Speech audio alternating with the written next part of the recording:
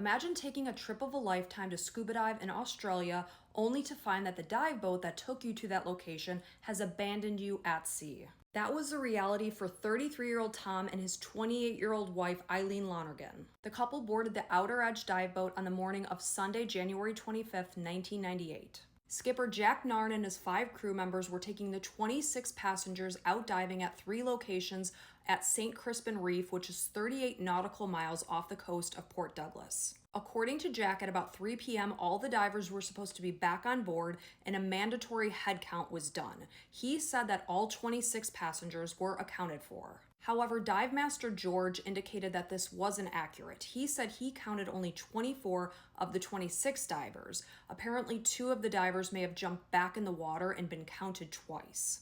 Not only had the head count been done incorrectly, but the crew failed to notice that 2 sets of dive gear was missing. And as they docked back at Port Douglas, Tom had left 2 bags behind as well as his shoes, but they just assumed that one of the divers forgot their things, they would come back to gather them. The bus driver that took the divers back to their hotels or hostels did take notice that Tom and Eileen weren't there. When he looked into it, he was told to just go on ahead without them. So the following day on Monday, the Outer Edge would have taken another boat full of passengers out to dive at these same locations, but they didn't realize that Tom and Eileen were missing. They didn't see them. And the same thing happened on Tuesday. This is 48 hours later. But this time when they docked on Tuesday, this is 51 hours after the couple had been abandoned at sea, this is when Jack noticed that Tom's things had still yet to be collected.